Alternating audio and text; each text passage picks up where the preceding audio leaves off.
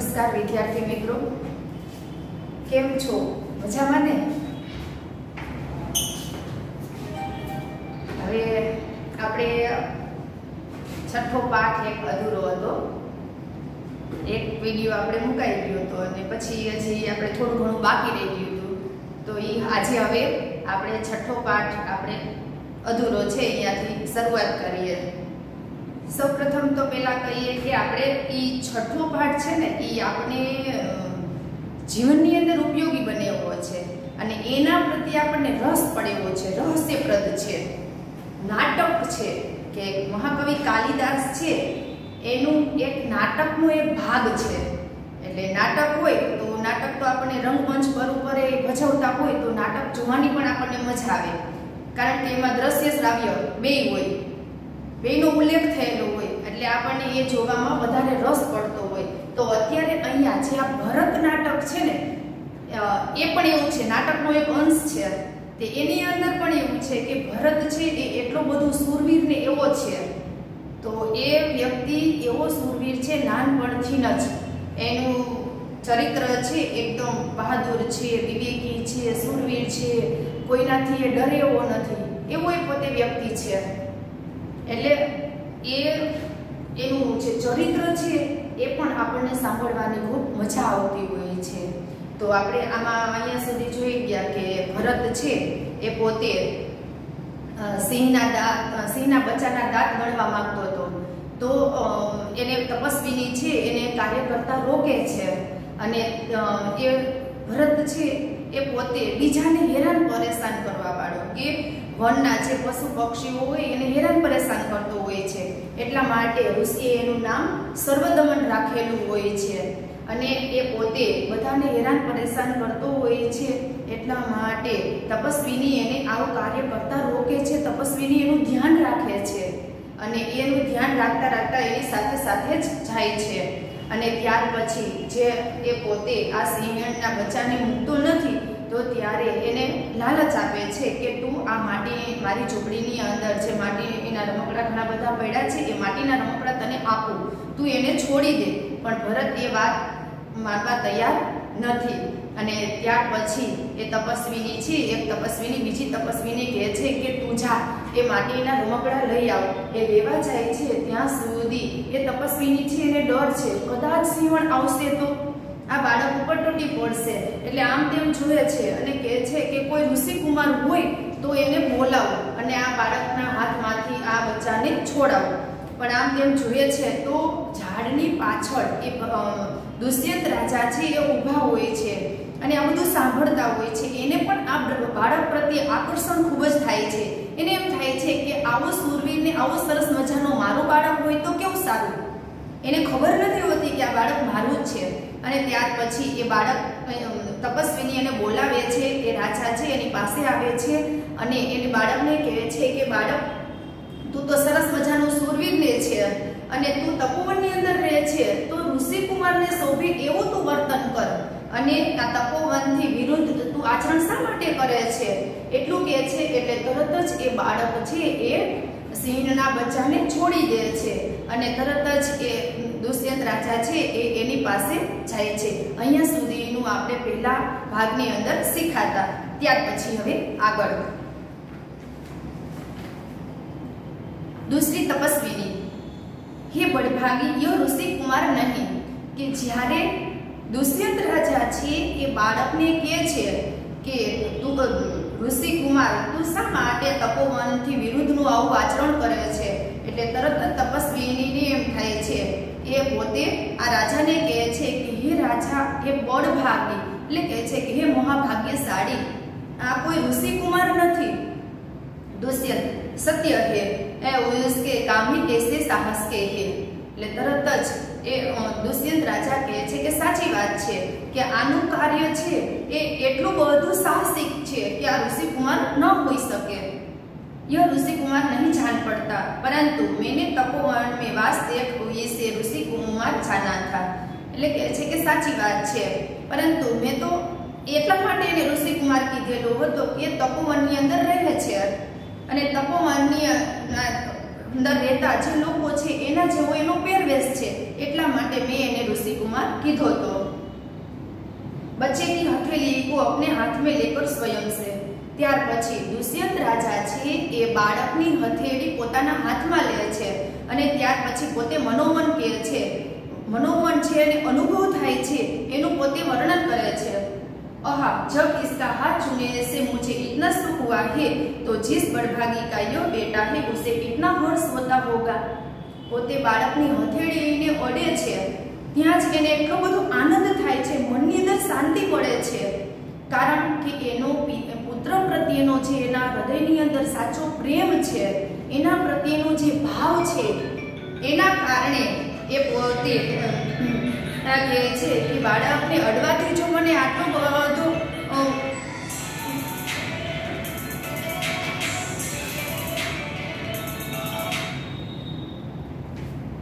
બાળકને અડવાથી જો મને આટલો બધો આનંદ મળતો હોય તો જે ભાગ્યશાળી છે એનો એ પુત્ર હોય તો એને કેટલો આનંદ મળતો હશે, એવું પોતે મનોમન વિચાર કરે છે। दूसरी तपस्विनी, दोनों की ओर देखकर बड़े अचंभे की बात है। ત્યારે એ તપસ્વીની ઊભી હતી તો એ તપસ્વીની કહે છે કે ખૂબ જ આશ્ચર્યની વાત છે। થોડી વાર એ પોતે દુષ્યંત રાજા સામું જોઈએ છે અને ત્યાર પછી એ પોતે ભરત સામું જોઈએ છે। દુષ્યંત, तुम्हें क्यों अचंभा हुआ? એટલે તરત જ એ દુષ્યંત રાજા કહે છે કે તને વળી અમારા બંને સામું જોઈને શું આશ્ચર્ય થાય છે? दूसरी तपस्विनी, इसलिए हुआ कि इस बालक की और तुम्हारी सूरत बहुत मिलती है और तुम्हें जाने बिना भी इसने तुम्हारी बात मान ली। ત્યારે તરત જ બીજી તપસ્વીની કહે છે કે તમારો ચહેરો અને આ બાળકનો ચહેરો, બંનેનો ચહેરો એકદમ મળતો આવે છે, અને બીજી વાત એ કે આ બાળક છે એ તમને ઓળખતો નથી, છતાં તમે એને કીધું કે તમે આ સિંહના બચ્ચાને તું છોડી દે, એટલે તમને ઓળખા વગર તમારી વાત એ તરત જ માની ગયો, એટલા માટે મને આશ્ચર્ય થાય છે। દુષ્યંત, બચ્ચે કો ગોદ में उठाकर, તરત જ એ દુષ્યંત રાજા છે એ બાળકને પોતે તેડી લે છે। हे तपस्विनी, जो यह ऋषि कुमार नहीं है तो किस वंश का है? એટલે તરત જ રાજા છે એ વધારે જાણવા માટે એ તપસ્વીનીને પૂછે છે કે હે તપસ્વીની, આ ઋષિ કુમાર નથી તો આ બાળક ક્યાં વંશનો છે? दूसरी तपस्विनी, यह पुरुवंशी है। એટલે તરત જ બીજી તપસ્વીની છે એને કહે છે કે આ બાળક છે એ પુરુવંશી બાળક છે। दुष्यंत, स्वयं से इसलिए इसकी सूरत मुझसे मिलती है। એટલે તરત જ દુષ્યંત રાજા કહે છે કે હું પણ પુરુવંશી છું, આ બાળક પણ પુરુવંશી છે, એટલા માટે અમારા બંનેનો ચહેરો મળતો આવે છે। बच्चे को गोद से उतार कर, એટલે તરત જ એ પોતે બાળકને તેડી લીધું હોય છે અને બાળકને પછી એ પોતે નીચે ઉતારે છે। पूर्ववंशियों में यह रीति तो निश्चित है कि युवावस्था में वे महलों में रहकर पृथ्वी की रक्षा और पालन करते हैं और वृद्धावस्था आने पर वन में जितेंद्रिय तपस्वियों के आश्रम में वृक्षों के नीचे कुटी बनाकर रहते हैं। એટલે કહે છે કે અમે પુરુવંશીય છીએ, એટલે પુરુવંશીય લોકો છે એનો એવો રિવાજ હોય છે કે જ્યારે પોતે યુવાવસ્થાએ હોય, યુવાન હોય તો ત્યારે પૃથ્વી ઉપર રહી પોતાની પ્રજાનું રક્ષણ કરતા હોય છે અને આ પૃથ્વીને જીતતા હોય છે, એનું રક્ષણ કરતા હોય છે, અને જ્યારે એ પોતે વૃદ્ધાવસ્થાએ પહોંચે તો ત્યારે એ પોતે વનની અંદર જઈ અને તપસ્વીનીઓના આશ્રમમાં રહી અને એક વૃક્ષ નીચે એ પોતે ઝૂંપડી બનાવી અને પોતે ભગવાનનું નામ લેતા હોય છે, એટલે કહે છે કે તપસ્યા કરતા હોય છે। देवता जैसी शक्ति वाला यह निडर और असाधारण बालक मनुष्य का पुत्र भला किस प्रकार होगा? એટલે કહે છે કે આ બાળક છે એટલો બધો નિડર છે, સાહસિક છે અને દેવતા જેવી શક્તિ ધરાવે છે, તો આ બાળક છે એ કોઈ સામાન્ય વ્યક્તિ હોઈ શકે નહીં, આ નક્કી કોઈ એક અસાધારણ વ્યક્તિ છે।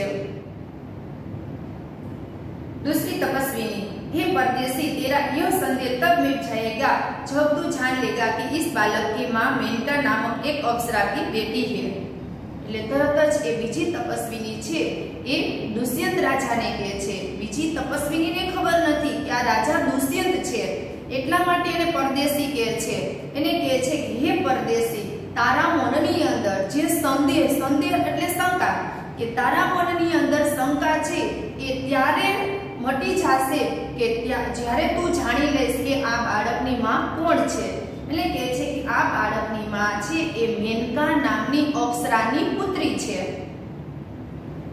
उसी के प्रताप से इसका जन्म देव पितर के इस तपोवन में हुआ। એટલે કહે છે કે મેનકા નામની અપ્સરા છે એની પુત્રી છે, એનો આ પુત્ર છે, એટલે એનો જન્મ છે દેવ અને પિતરોની એના આશીર્વાદથી આ તપોવનની અંદર એનો જન્મ થયેલો છે। दुष्यंत मन में यह तो बड़े आनंद की बात सुनाई, इससे कुछ और आशा बढ़ी। दुष्यंत છે એ પોતે મનોમન કહે છે કે તમે તો મને સરસ મજાની વાત સંભળાવી કે મને આ વાત ઉપરથી તો મને આનંદ થાય છે અને એનાથી મને થોડી આશા બંધાય છે કે આ બાળક છે કદાચ મારો પુત્ર હોઈ શકે। इसकी माता किस राजर्षि की पत्नी है। એટલે તરત જ દુષ્યંત છે એ વધારે જાણવા માટે એને કહે છે કે આ બાળકની માતા છે એ કયા રાજાની પત્ની છે। दूसरी तपस्विनी, जिस राजा ने अपनी विवाहित स्त्री को बिना अपराध छोड़ दिया है मैं उसका नाम में न लूंगी। એટલે તરત જ બીજી તપસ્વીની છે એ કહે છે કે જે રાજાએ કે કોઈ પણ પ્રકારના વાંક વગર પોતાની પત્નીને છોડી દીધી છે તો એ રાજાનું નામ હું લઈશ નહીં, એ નામ લેવાની ના પાડે છે। दुष्यंत स्वयं से यह कथा तो मुझ पर लगती है। એટલે તરત જ દુષ્યંત રાજા છે એ પોતે મનોમન વિચાર કરે છે અને કહે છે કે આ બધી કથા તો મારા ઉપર હોય એવું લાગે છે મને। ભલા અબ इस बालक की मां का नाम पूछूं। એટલે કહે છે કે હવે પછી કે એવું વિચારે છે કે આ બાળકની માતાનું નામ હું પૂછી લઉં। પહેલી તપસ્વીની મીઠી કા મોર લેકર આવી। એટલે એ જ સમયે હજી રાજા છે એવું વિચારે છે કે હું આ બાળકની માતાનું નામ પૂછી લઉં તો એ જ સમયે જે પહેલી તપસ્વીની છે એ બાળક માટે એ રમકડા લેવા માટે ગઈ હતી તો એ માટીનો મોર લઈ અને ત્યાં પ્રવેશ કરે છે। પહેલી તપસ્વીની, હે સર્વદમન્ય સકુંત લાવણ્ય દેખ। એટલે પહેલી તપસ્વીની છે એ માટીનો મોર લઈને આવે છે અને બાળકને બતાવે છે અને બાળકને કહે છે કે તું આ સકુંત લાવણ્ય દેખ। સકુંત એટલે મોર અને લાવણ્ય એટલે સુંદરતા, કે તું આ મોરની સુંદરતા જો। બાલક બડે ચાવ સે દેખકર કહા હે શકુંતલા મેરી માતા। એટલે શકુંત લાવણ્ય દેખ એમ કીધું એટલે બાળકને તરત જ છે ને એમ થયું કે ક્યાં છે મારી માતા શકુંતલા, એવું તરત બાળક એ બોલી ઉઠે છે અને ખૂબ જ આમ આતુરતાથી એ બોલે છે।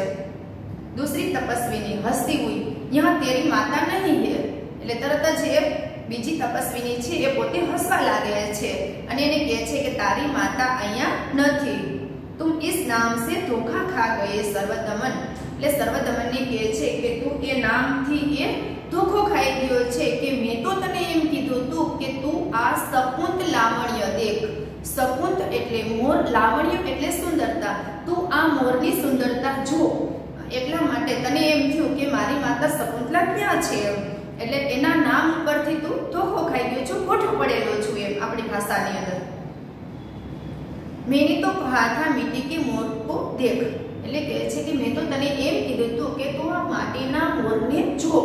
ઘણી બધી વખત આપણે પણ કંઈક આપણને એવું હોય કે વધારે ગમતું હોય એનાથી આપણને એમ કહે કે તું આ જો એમ, તો તરત ને તરત આપણે એમ થાય કે એનો બીજો અર્થ એ બીજો થતો હોય તો આપણે એમ થાય કે લાવ જલ્દી જોઈ લઉં એમ। એટલે તરત જ આપણને મનની અંદર એ જોવાની આતુરતા, જિજ્ઞાસા વૃત્તિ જાગૃત થાય। તો એ જિજ્ઞાસા વૃત્તિ અહીંયા આ ભરતને જાગૃત થાય છે। એટલે તરત જ એ કહે છે ક્યાં છે મારી માતા શકુંતલા, ક્યારનો રમવા માટે આવ્યો હોય અને થોડી ઘણી વાર થઈ ગઈ હોય એટલે તરત જ એની માતાને પણ જોવાની એના મનની અંદર ઈચ્છા હોય, એટલા માટે ખૂબ જ આતુરતાથી એ પોતે તપસ્વીનીને કહે છે। दुष्यंत स्वयं से, इसकी माँ मेरी ही प्यारी शकुंतला है या इस नाम की कोई दूसरी स्त्री है। એટલે તરત જ એ દુષ્યંત રાજા છે એ પોતે મનોમન વિચાર કરે છે કે એની માતા જે શકુંતલા છે એ મારી પત્ની શકુંતલા છે એ છે કે શકુંતલા નામની બીજી કોઈ સ્ત્રી છે। એ પણ પોતે મનમાં વિચાર કરે છે કે મારી પત્નીનું નામ પણ શકુંતલા છે અને એ પણ મેનકા નામની અપ્સરાની પુત્રી છે અને પાછી તપસ્વીની કહે છે કે વગર વાક્ય એ રાજાએ એને છોડી દીધી છે તો એનું નામ હું નહીં લઉં, તો નક્કી મને એવું લાગે છે કે આ મારી પત્ની શકુંતલાની જ વાત કરે છે કે પછી બીજી કોઈ સ્ત્રી પણ હોઈ શકે, એવો પોતે વિચાર કરે છે। यह वृत्तांत मुझे ऐसे व्याकुल करता है जैसे मृग तृष्णा प्यासे हिरण को व्याकुल करती है। એટલે કહે છે કે આ વૃત્તાંત કે આ જે વર્ણન કરી રહી છે એ વર્ણન છે એ મને એવી રીતે વ્યાકુળ કરે છે કે જાણે મૃગ તૃષ્ણા કે મૃગ એટલે હરણ, તૃષ્ણા એટલે તરસ, પ્યાસે हिरण को व्याकुल करती है। જેમ હરણ છે એ વનની અંદર એ પોતે પાણીમાંથી ખૂબ જ તરસ્યું હોય અને પાણી માટે આમ તેમ ફરતું હોય અને એને પાણી આમ જુએ અને તરત જ એને એમ થાય કે ઘણું બધું પાણી પી જાઉં, એવી જ રીતે આ વાક્ય છે આ વર્ણન કરી રહી છે જે શકુંતલાનું, એ શકુંતલાનું વર્ણન છે એ પણ એને એવી જ રીતે સતાવે છે, વ્યાકુળ કરી મૂકે છે। કારણ કે આપણે જોઈએ છે કે કોઈ પણ વર્ણન અમુક બાબત હોય તો એના વિશે આપણને પૂરેપૂરી માહિતી ન હોય તો આપણને તરત જ એમ થાય કે આ શું હશે, એમ મનની અંદર ઘણા બધા પ્રશ્નો ઉદ્ભવતા હોય, દ્વિધા ઉત્પન્ન થતી હોય કે આ શું હશે, ક્યારે આનો પાર આવશે, એવી રીતે પોતે વિચાર કરતા હોય છે અને મનની અંદર એક પછી એક પ્રશ્ન ઉદ્ભવતા હોય છે એના વિશેના। એટલા માટે અહીંયા પણ આ રાજા દુષ્યંત છે એને પણ એ વાત ખૂબ જ સતાવે છે। અને આપણે જોઈએ છે કે હરણ છે એ વનની અંદર આમ તેમ ભટકતું હોય, તરસ લાગી હોય પાણી શોધવા માટે, અને ત્યાર પછી હરણ છે એને બીજી પણ બાબત એક એવી હોય કે એ પોતે ખૂબ જ તરસ્યું હોય અને પાણી માટે વલખાણાતું હોય, અને ત્યાર પછી જે હરણ છે એની નાભીમાં કસ્તુરી નામનો સુગંધી પદાર્થ છે ને એની સુગંધ આવતી હોય, ખૂબ જ પદાર્થ હોય એની નાભીમાં, એટલે એને એમ થાય કે આ સુગંધ ક્યાંથી આવે છે, એટલે હરણ છે એ પોતે સુગંધને ગોતતું એ આખા જંગલની અંદર રખડતું હોય પણ ક્યાંય એને એ સુગંધ જોવા મળતી નથી, પણ એ સુગંધ છે એની સાથે સાથે જ હોય છે, ગોતે છે કે મળતી નથી, પણ એને એ ખબર નથી કે આ સુગંધ છે એ મારી નાભીમાંથી જ આવે છે। એટલા જ માટે કે આપણે જોઈએ સામાન્ય આપણા વાસ્તવિક જીવનની અંદર કે આપણા દરેક વ્યક્તિના હૃદયની અંદર ભગવાનનો વાસ હોય છે, પણ કોઈ પણ વ્યક્તિને ખબર નથી હોતી કે ભગવાન આપણા હૃદયની અંદર વસે છે, આપણે એને બરાબર રીતે ઓળખી શકતા નથી। એટલા જ માટે આપણે મંદિર છે, તીર્થયાત્રા કરવા જાય કે ચાર ધામની યાત્રા કરતા હોય, જ્યાં ત્યાં બધે ફરતા હોય ભગવાનને ગોતવા માટે, પરંતુ સાચો રામ છે એ દરેક વ્યક્તિના હૃદયની અંદર હોય છે। તો એવી જ રીતે હવે આ દુષ્યંત રાજા છે એ પોતે વિચાર કરે છે, વ્યાકુળ થઈ ગયેલા હોય છે કે આ શકુંતલા છે એ મારી પત્ની શકુંતલા છે કે શકુંતલા નામની બીજી કોઈ સ્ત્રી છે, મને તો એવું લાગે છે કે આ વર્ણન છે એ મારા ઉપર જ છે।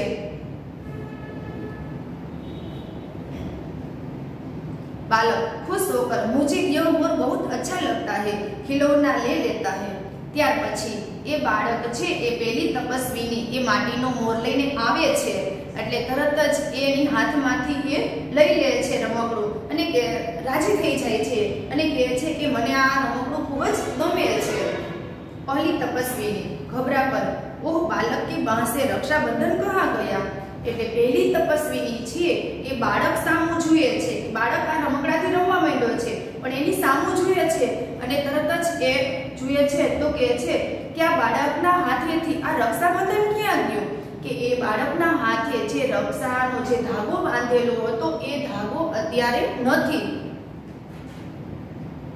दुष्यंत घबराओ मत, जब यह नार से खेल रहा था तब इसके हाथ से गिर गया था, सो वह पड़ा है। એટલે તરત જ દુષ્યંત રાજા કહે છે કે એમાં ગભરાવાની શું જરૂર છે, કે એ બાળક છે એ સિંહના બચ્ચા સાથે રમતો હતો તો ત્યારે એના હાથમાંથી છૂટી ગયો હશે અને ત્યાં જ પડ્યો હશે, ક્યાંય નહીં ગયો હોય, મેં ઉઠાકર तुम्हें दिए देता हूँ।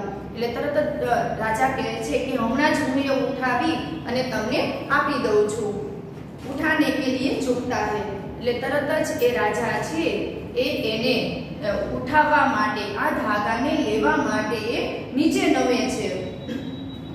પહેલી તપસ્વીની अरे अरे मत उठाओ इसे मत छूना, એટલે તરત જ પેલી તપસ્વીની છે એ રાજાને તરત જ રોકે છે કે તમે એને ઉઠાવો નહીં, તમે એને અડશો નહીં, એનો સ્પર્શ તમે ન કરો, ઝડપથી એને ના પાડે છે।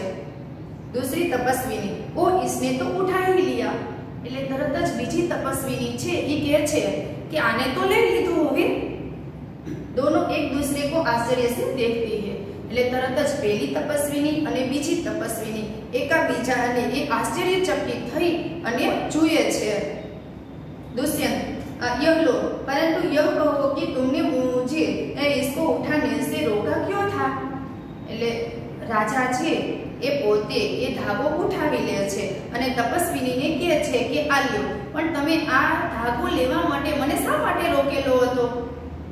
दूसरी तपस्विनी इस रक्षाबंधन का नाम अपराजित है।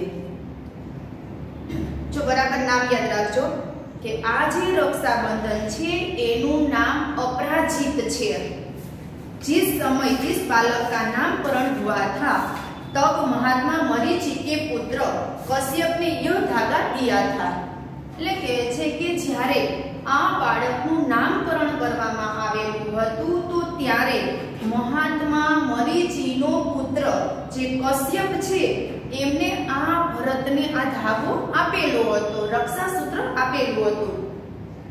इसका गुण है कि कभी यह धरती पर गिर पड़े तो इस बालक के माता पिता को छोड़कर इसे कोई दूसरा न उठा सके। એટલે કહે છે કે આ રક્ષાસૂત્ર છે એનો એવો ગુણ છે કે એ રક્ષાસૂત્ર બાળકના હાથમાંથી જ્યારે નીચે પડી જાય તો એ બાળકના માતા પિતા જ એને અડી શકે, માતા पिता सिवाय कोई अड़ी सके नहीं। दुष्यंत और जो कोई उठा ले तो क्या हो? એટલે તરત જ દુષ્યંત રાજા કહે છે કે બીજો કોઈ એને ઉઠાવી લે તો શું થાય?